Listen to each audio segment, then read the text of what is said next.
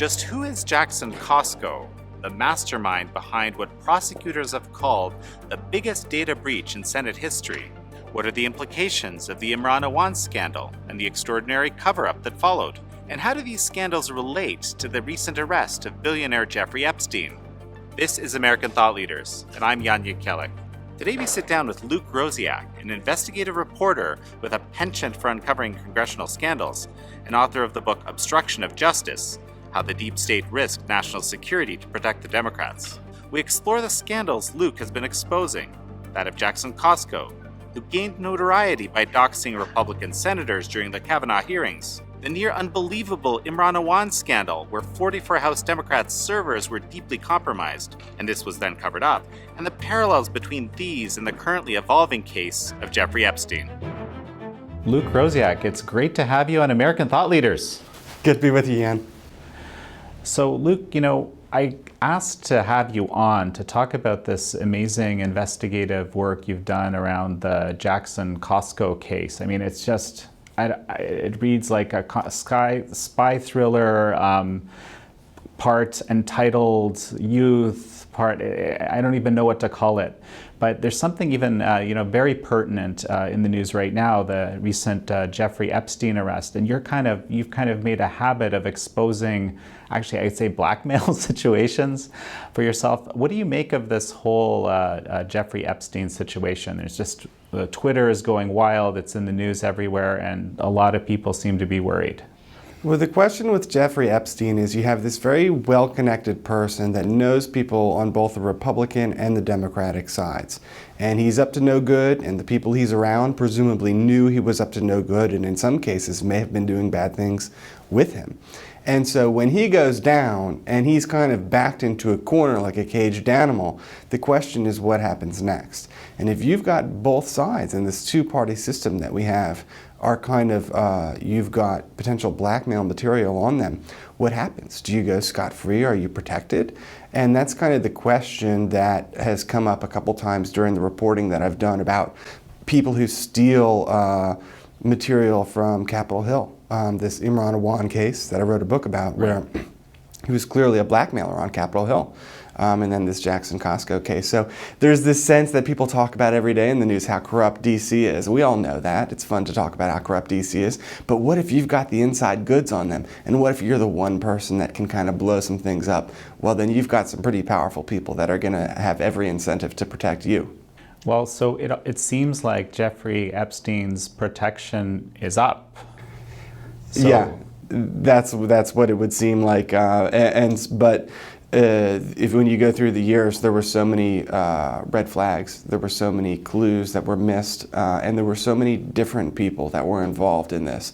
And that's kind of what you see is this political infrastructure where everyone's got their job and no one wants to be really the one that goes out on a limb to kind of call attention to the emperor has no clothes.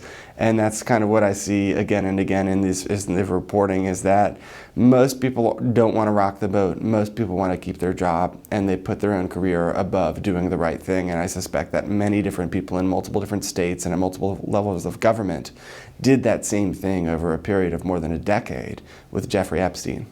So do you expect that there will be some, I don't know, big explosive exposures associated with this prosecution? Well, that's, it's hard to predict, but that's how, Jeffrey Epstein may try to get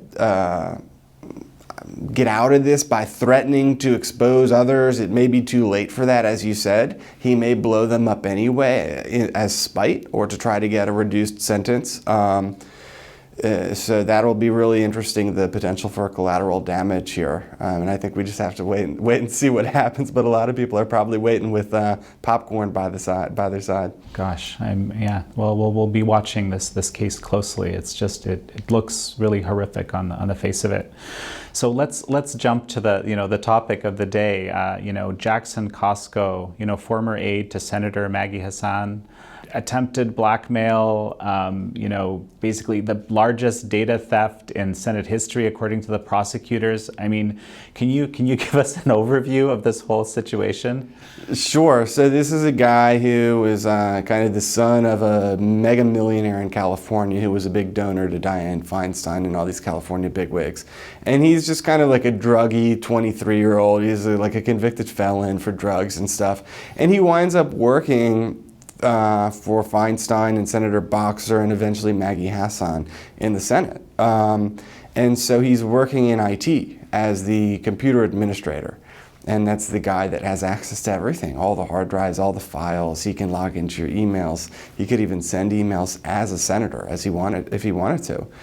And so he eventually gets fired for doing something bad. I mean, shocker. Maggie Hassan hired a felon into the most sensitive job in her office, and he wound up doing something else bad. She won't say what, but he got fired. And so he starts blackmailing her because he wants her job back. He wants his job back, and he wants to make sure that he doesn't give her a bad reference. So he steals every megabyte of data that's associated with this office, constituents' social security numbers, staffers' credit card numbers, and he goes in and he installs these spy devices in the computers that beam back every time you type it's called a keylog, or every time you type, it sends it over Wi-Fi back to him. And so the Senate was being spied on for 6 months. And this kind of came into public view during the confirmation hearings of Brett Kavanaugh. Right. There was a lot of partisan bickering, I guess you could say. And even though this guy was a Democrat and then he was blackmailing Democrats, he hated Republicans more. And so he took this data that he had stolen, which also included the private info of senators, and he posted it to Wikipedia. He was caught in the act by a Democratic staffer who he said, look, I got a lot more. I got your private emails, I got your texts, and if you say anything, I'm gonna expose it all out there. So this is a blackmailer, it's an identity thief, and he was caught in the act. And it was kind of briefly in the news during the Kavanaugh hearing as doxing Republicans. And then the media kind of dropped it because it turns out they're not actually that interested in these IT scandals, despite Russia, hacking our democracy or whatever. When you've got a spy in the U.S. Senate using high-tech devices to blackmail senators, it was kind of like a one-day story for the media. But it was a lot bigger than that. He had everything, and this was a blackmailer, and it really exposed a lot of negligence by members of Congress that allowed this to happen, and then really the vulnerability of these people who have kind of all this material that's politically compromising on them, and what happens when it gets in the hands of a nefarious character like Jackson Cosko is. So, and these keyloggers stayed in place after he was fired, not of course after he was fired, but basically there was some kind of the Capitol Police missed it, or can you explain that a little bit? Yeah, so there were so many kind of missteps here. So the first thing is when he was fired for the unrelated misconduct, we don't know what it is because Maggie Hassan won't say.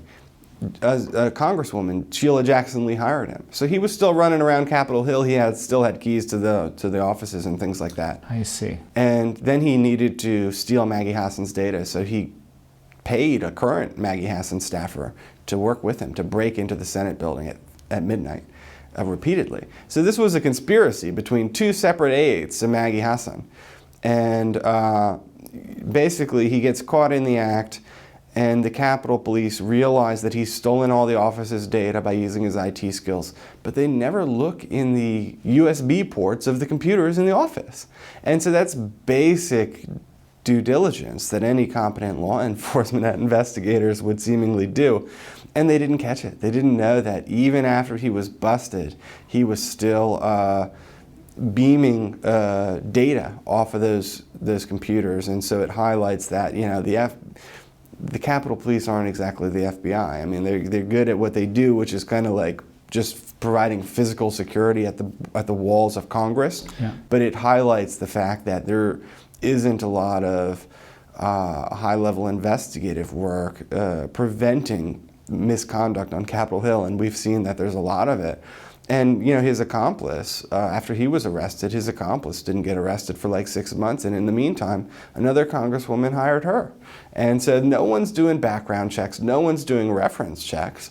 And this was actually a former CIA agent who's now in Congress who hired the accomplice. And she literally, you could go on Google and type in this accomplice's name and court records would come up showing that she was, the subject of a criminal probe for hacking her last congressman employer. And this is the kind of, you might think, oh, working in Congress, I'm sure that there's strict, scrutiny of people. It turns out they basically hire anyone off the street. And so Congress is really pretty vulnerable in this modern age, especially with all the computer threats. So maybe this has to do with just kind of upgrading around the area of technology as well, right? Well, it's funny because it's not really the technology that needs to be upgraded. It's the congressmen. They need to follow the correct procedures, like doing background checks on people, and they're not running background checks on their IT aides. That's crazy. It's the training, and it's the age of some of these people is probably part of it. Members of Congress tend to be older, and there's not a lot of people who have a lot of computer knowledge. The Capitol Police, they don't have this training. But in this day and age, computers are everything, and you don't often think about that. The IT guy is kind of lowest on the office totem pole. You never really think about him. Who cares about the IT guy? But then you consider the fact that that's kind of the one guy in the office who can read the CEO's emails, he can read your emails. He's got access to everything. To everything. Yeah, that's amazing. So he actually got 4 years for this. I know the prosecutors were saying they want to really make an example of this to prevent other staffers from doing that. Do you feel that's a reasonable outcome given this scenario? Well, the prosecutors kind of basically said 4 years is nothing. This guy, as you said, he committed the largest Senate data breach in history. What he did was massive. It was stealing all the data from a huge portion of the Senate. 4 years doesn't seem like a lot for that. But it turns out that the sentencing guidelines that determine how much you go to jail for in federal court, they don't take into account situations like political blackmail. That's such an odd situation. It is like something out of a novel more than on an everyday basis. When you come through court, you probably robbed a bank or you assaulted someone or something like that. And so it takes into account how much money did you steal. And he didn't steal any money. He did this to intimidate, to kind of blackmail members of his own party to protect himself, and then later to politically intimidate Republicans. And neither of those things kind of triggers automatic, a hefty prison sentence, like 20 years, 30 years, like you would think for literally hacking Congress.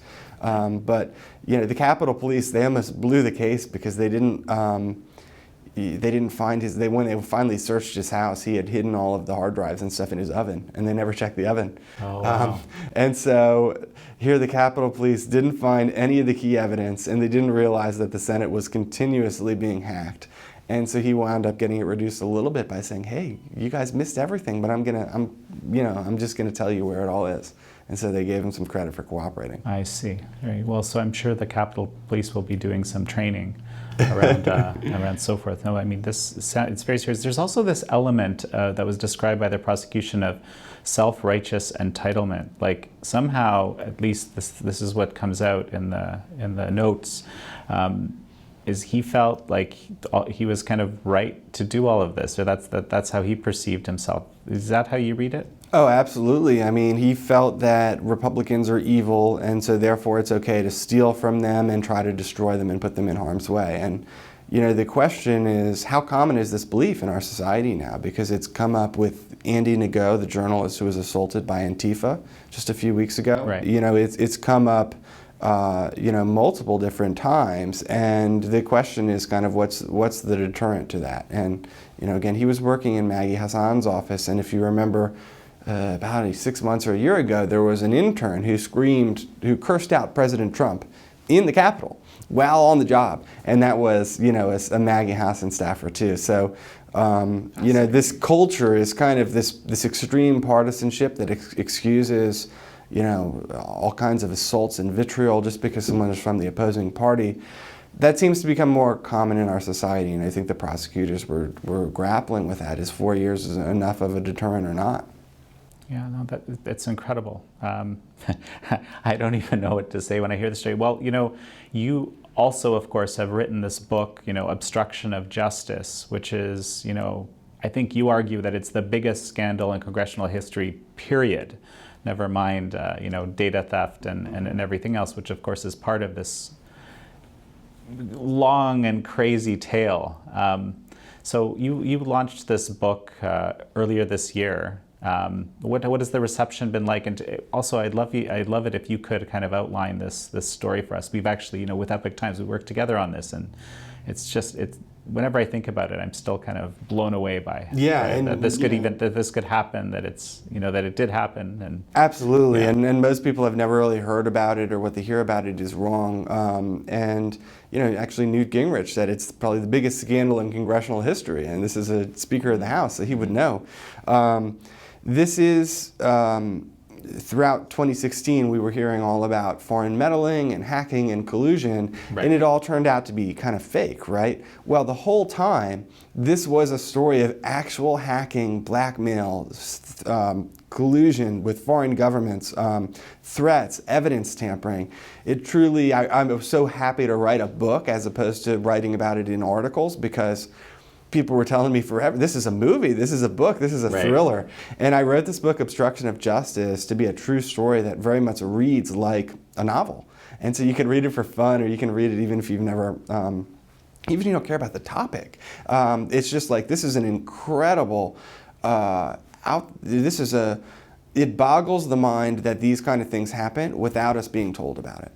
Because what it comes down to is, the same week that the DNC was hacked, Debbie Wasserman Schultz, the chairman of the DNC, her IT aide was a Pakistani guy named Imran Awan, and he was caught hacking Congress that same week.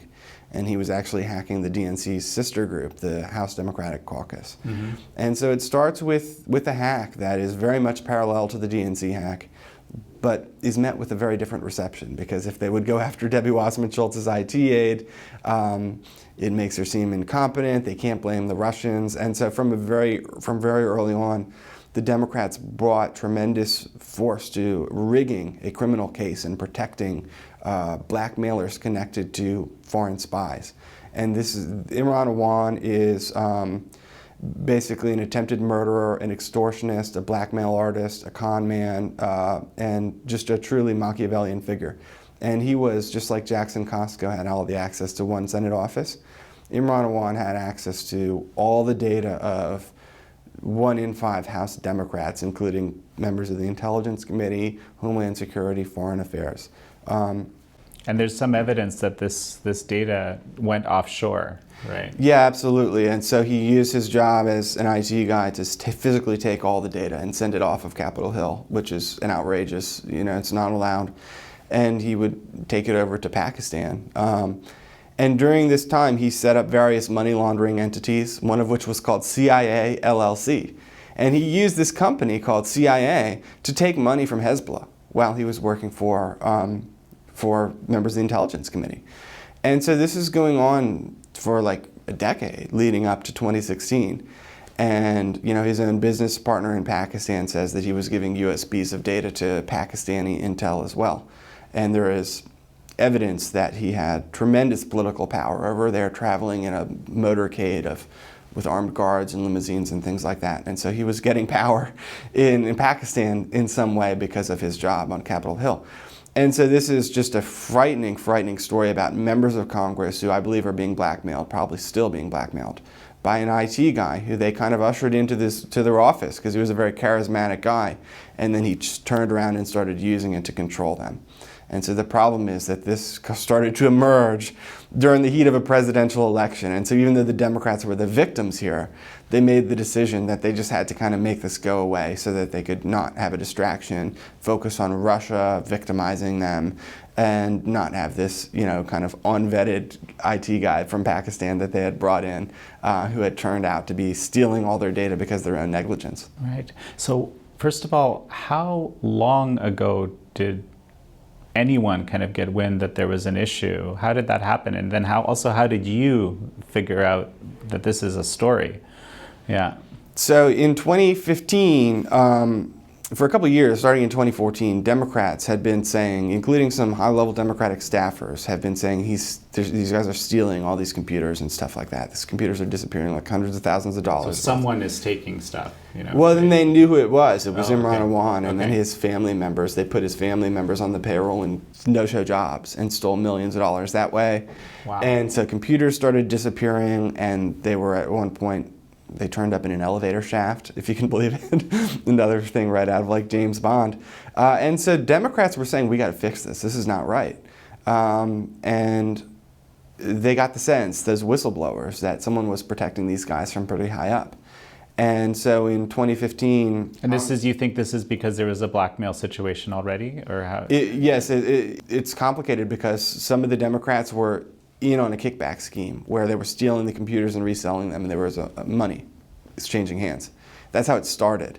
And then once the Democrats get involved in this kickback scheme, then they escalate to blackmail, and they just have to do whatever they say. And this is documented. And this is high-level Democrats who are going to the police and saying, so Yvette Clarke is a congresswoman from Brooklyn. And so her deputy chief of staff went to the police and said, my chief of staff is engaged in a criminal kickback scheme with the IT guy. And sure enough, they looked, and $120,000 of computers were missing. That's enough for 15 computers for every staffer. This is the Brooklyn congresswoman. Now, she didn't say anything. She protected the guy. She refused to fire him. They actually fired the chief of staff when it got too bad because they knew he did it. But they were too scared to fire the IT guy. And so Yvette Clarke was kind of the first congresswoman who in 2015, this theft scheme emerged and she covered it up. And then you go on a little longer into 2016, and at that point it's become really a blackmail operation where the Democrats are eager to suppress it because now we're in election season. And so after they find out that he's ransacked Yvette Clarke's office and stolen all the computers, they start looking into, well, these guys are the IT guys. What if they didn't just steal money? What if they stole data? And so sure enough, they found that these guys had taken all the data from the House Democratic Caucus server, which is a key server for the Democrats. But we're in election season now. And so they make excuses. The Democrats figure out how to make excuses and delay and delay and delay. And they left, and there's memos at this point from the Sergeant at Arms, which is the top cop in Congress, and other officials who are saying, and I have the memos, and I mean, they have a headline at the top, urgent matter, urgent security matter. The House is being breached. These guys are stealing data, they're stealing money, we must act. You got to change every lock in the House of Representatives. And they ignored them. And the only reason for that was to basically wait for Hillary Clinton to win the presidency. But wait a second, I mean, these urgent notes were just going to the Democratic side? How? No, so the interesting thing here is that the Republicans had missed a lot of the clues for a long time. So that when the computers were disappearing and all kinds of other rules were being violated, and they didn't do background checks on these guys either, the Republicans were in charge of the House under Paul Ryan. Right. And so the Republicans got pretty squirmish because they saw what was happening and how bad it was, and they saw that they had failed to act previously. And so they got pretty self-conscious, and the Democrats were pressuring the Republicans, saying, we're going to blame you. And so between that and a lot of scheming, which is outlined in the book, pretty Machiavellian, trickster, kind of dirty tricks by Nancy Pelosi and her top manipulators, the Republicans were both tricked and made some very, very bad decisions under Paul Ryan, where the Democrats were basically put in charge of this investigation. And part of it was, look, there are staffers, we won't cooperate unless you put us in charge. So that's what they did, which was a very bad choice. And so they waited until after the election. And that means that for 6 months, the House of Representatives was being hacked. The whole time during the election that we were hearing about Russia, Russia, Russia, they knew that Pakistanis were hacking the House of Representatives, and they let them keep doing it for no reason other than they didn't want this to hit the news and this to impact the election. And so right after the election, they say, finally, we got to do something. And they go in until they go to collect that server, the House Democratic Caucus server. Right. And they say, my God, it's gone. They stole the server. They physically took the server and walked it out of Capitol Hill. And so that is kind of, you have your first example of evidence tampering. And as this story goes on, there are so many examples of evidence disappearing, witnesses being threatened, and things like that. And it's just, not only are these Imran Awan, is he doing this, the Democrats are doing it too. And so what you have, this book becomes sort of a case study in how they do the thing that, you know, the Epoch Times has documented so well on Spygate. This is rigging a criminal case for political purposes. So my book, Obstruction of Justice, is kind of a blueprint for how they do it. And it takes you really in tremendous detail, and it shows like the obscure staffers that you wouldn't know are so powerful, you never heard their names before, but how they do it. And they work using charm and threats and one-on-one relationships and knowing all the back doors in government and how things work. And they manage to manipulate the results of a criminal investigation, knowing that if you can rig the criminal case, then the media will not be able to cite that, and they won't really cover it. And so once you've got the narrative and you've got the criminal aspect, you know, the Democrats basically exert tremendous control even when they're not in charge. And to me, that's kind of the essence of the deep state. That's absolutely fascinating. Tell me, you actually had a very kind of insider source for your book. Can you tell me a little bit about that and how that happened? Sure. I mean, it's funny because when I started writing about these things, you know, it was all Democratic whistleblowers who were very concerned about this guy that they, you know, many staffers told me he stole my computer and pretended he lost it, my laptop with all my congressional emails. Everyone had the exact same stories. And so I'm writing about this, and the spokesman and the members of Congress will try to be like, that guy must be Republican and he's just out to get me because we're Democrat, which is a silly thing to say because these members of Congress like Yvette Clarke, they're in all blue districts. Yvette Clarke is a corrupt incumbent who would be replaced if she lost by someone more like AOC. It's not about party. None of this is. And so you start realizing these are just corrupt, entrenched insiders who want to keep their job. And so they hide behind this smokescreen of Islamophobia, because racism is always convenient. These guys were from Pakistan, so that was a good excuse, or partisan bias. And the whole time, what people didn't realize, and I couldn't say it at the time, was his own wife was a source of mine, and that's in the book. So Imran Awan, here, the woman who slept next to him every night, is telling me everything that's going on, and she says he's a blackmailer. He's stealing data from Congress, he's blackmailing. I wanted to go to the FBI, but he threatened to murder me and my entire family if I did so. And so I had a tremendous burden on I shouldn't say me, because these heroes like her were going through so much and making these decisions. And they thought, we're in America now, because these are people that emigrated from Pakistan hoping for a better life and hoping for less corruption. And so his stepmother as well came to me and said, I've been held in captivity for 6 months. He was using his IT skills to monitor my every move. And he said if I went to the FBI, my whole family would be killed in Pakistan. And so we have this guy who we know is stealing all this data from Congress, and Congress is being very sketchy about it, protecting him. And then we know from his personal life 2 things about this guy: that he uses his IT skills to monitor you with tapping your phone, putting hidden devices in your house, and then he uses that to blackmail you. So this is a blackmailer who has infiltrated the US Congress, and it's, I think, the biggest scandal in congressional history. And it comes from people who are his own relatives, people who are, of course, Pakistani. I don't know their politics, but it wasn't the way that the Democrats very cynically played it out to be, which is some kind of, they called it a conspiracy theory because he was never charged with this stuff, even though the cops knew that he did it. And my book explains what the cops knew and how it came that he wasn't charged. But they called it conspiracy theory, racist, partisan, sexist somehow. And of course, the sources the whole time are these Pakistani Muslim women who are his relatives. Those are some of the sources, in addition to Democrats on Capitol Hill.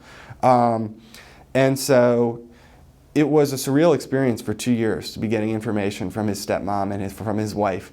And they all said the same thing, and other family members too. You know, this is a blackmailer. This is a guy who will do anything for a cent. And, you know, he is a threat to the United States. And that was his own family coming here. And they thought that the U.S. was less corrupt than Pakistan, that you couldn't use political connections to shield yourself the way you can in Pakistan. And they found that they were wrong. And I kind of learned a lesson there too, that when you have someone who is politically connected, you can do some of the worst things imaginable, and you will be protected. The things that are in this book will kind of change your perception of the FBI. The FBI is doing things in this book that are like from a banana republic. They're threatening. They went to his wife's house. So when Imran Awan is in court, and they give him a plea deal, a very favorable plea deal that says he's never done anything wrong in his life except for one minor unrelated thing, and they give him immunity. And the wife is trying to go to court, and the FBI stands in front of her house to make sure she can't go and testify to the contrary. The cops lose evidence, and then other evidence they accidentally give to Imran Awan himself. And so, this is a story on one hand about a very nefarious Machiavellian IT guy who's kind of just a sheer villain. But then at the other hand, this is a story about our institutions in the United States and whether we can trust them. And so when we read about Spygate in the Epoch Times and elsewhere, and we think about what a huge deal that is, and then you read this book, Obstruction of Justice, and you say, well, I never really heard anything. I might have heard one or two things about Imran Awan, but my God, I never knew all these things occurred. That's the point. That's the point. We were not supposed to know about Spygate either. And so this was, the Imran Awan case is, I think, not only the biggest scandal in congressional history, but also the most successfully concealed of the 2016 scandals. It was for the exact same reason, to kind of rig a criminal case to protect Democrats so that Hillary Clinton could win the election. And they got away with it. They pulled it off so well that if you haven't read this book, Obstruction of Justice, you don't realize the sheer savagery and the banana republic tactics that went on by people who are still in office. And that makes me wonder, what else has happened, Jan? I mean, what other scandals that you and I might not even know the first inkling of might be going on, and precisely because of these techniques that we see them do, rigging and manipulating and intimidating, we just don't know that they've even occurred. Unbelievable. We'll put in a link to your book for this video. We'll also put in a link to, we actually did one of our patented infographics about the Awan scandal in collaboration with you. It's an unbelievable story. Actually, there's one thing I wanted to give you a chance to speak. You mentioned that Yvette Clarke, you described her as corrupt, kind of categorically. I want to offer you an opportunity to speak to that so people don't accuse you of being defamatory or something like that. Well, sure. So, I mean, Yvette Clarke, $120,000 of computers went missing from her office. Her deputy chief of staff told law enforcement that the chief of staff had stolen it, working in conjunction with the IT guy.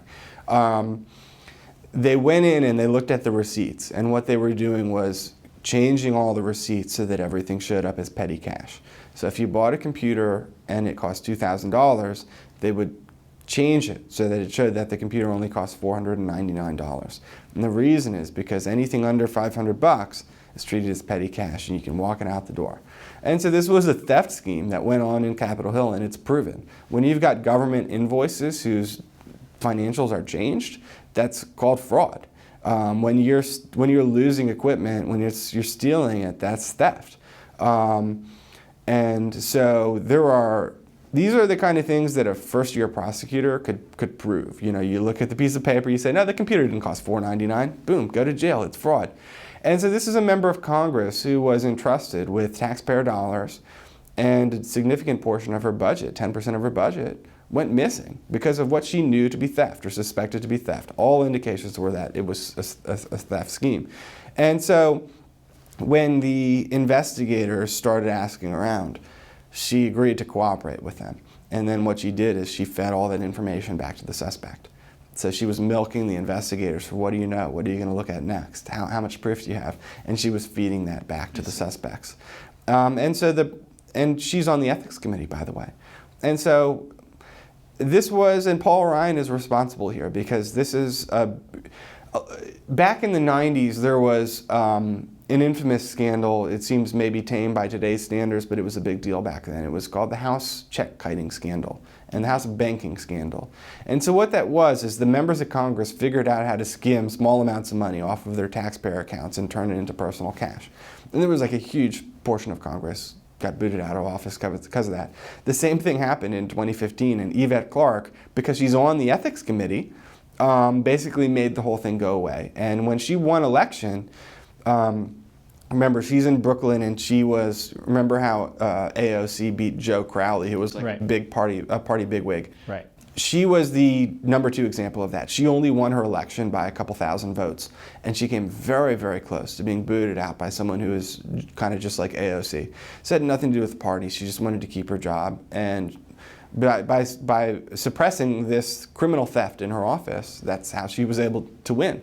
And so this isn't a partisan book. When you look at the cover, it seems a little partisan. It's talking about Democrats and the deep state. But when you read the book, it comes back to kind of the whole Jeffrey Epstein dynamic, which is when you've exposed both parties as being either corrupt or incompetent, then you have created a situation where no one is going to be the one exerting force to get you.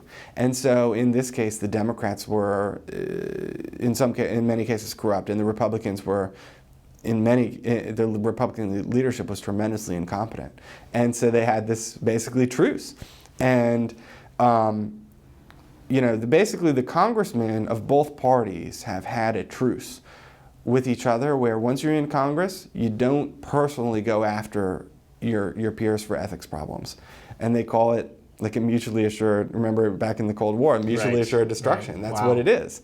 Because if you go after me for ethics, I know stuff about you too. Yeah. Exactly. What we saw, and to me the most depressing part of this book, is it shows you how the Republicans under Paul Ryan especially kind of let people down by they all want to go along to get along and keep their jobs. It's not about Democrat or Republican. It's about the people who are in Congress right now making sure they can keep their jobs, as opposed to losing them to outsiders. I think the 2016 election, to some extent at least, a lot of voters went out for the 2016 presidential election and wanted to see the swamp drained, so to speak. You have, people like Epstein now being exposed. You have, people like yourself doing this amazing investigative work, spending years on it, and you have some of these heroic whistleblowers. So I kind of see a silver lining here. Are we seeing some kind of shift, change? That's really interesting, and I love thinking about it that way, because in one sense we're living in the ultimate cynical time where nothing is sacred anymore, and we're blowing up all these institutions and traditional parties. But there's a silver lining to that, because people like Jeffrey Epstein, who were protected by Democrats and Republicans, now we don't care. We already blew up the Republican Party, The Democrats are imploding. Everything's going to hell anyway. Nothing's sacred. Let's burn it all to the ground, where people have not lived up to what they need to do. And so I don't think that some of these traditional party alliances are necessarily going to be enough to protect Jeffrey Epstein. In this book, I think that there were people whistleblowers who were Democrats, and I said that's the irony, is they tried to act like this was some sort of partisan conspiracy. These were all Democrats who were deeply concerned about Imran Awan, the IT guy. And there's a quote in the book's intro that says these whistleblowers were shot at, harassed, mocked, abused, threatened, and given ultimatums and run out of their jobs just for trying to do the right thing. And I hate to see this kind of perverse incentives, but that's what makes them heroes. There are a lot of villains in this book, but there's a lot of heroes too, and they're heroes because they did the right thing for the sake of doing the right thing. And I do see people, Jan, doing that, putting aside their own careers and their own, immediate convenience to do the right thing, and that's when it really counts, is to do the right thing when it's hard. If doing the right thing was easy, everyone would do it. And then the other thing is, I hope that this book can be their reward, is what I say in the intro. These people that went through a lot of retaliation for trying to stand up. I hope that telling the truth through investigative journalism, it's just all I can do. It's my small part to, in this day and age, we have sort of short attention span, and we have the TV networks kind of talking about the same thing all day long, and Twitter, it's kind of attention deficit disorder. And to stay on something and see the truth through, even when other people on all the TV networks are not giving this the time of day, because I know that it's a big story and the other people who are involved know that this is probably the biggest scandal in congressional history. I think that's really important in this day and age, and that's something that I want people to remember, is that we need to break out of that herd mentality, whether it's partisanship or whether it's the news, all following the same little story of the day like 5-year-olds playing soccer, because investigative journalism is important to keep people of both political parties, keep them to account. Well, this is a very powerful place to end. And actually, I know that our viewership on American thought leaders is going to be very excited about this episode, because this is exactly the kind of stuff they come to us for. Thanks so much for being with us, Luke. Thank you.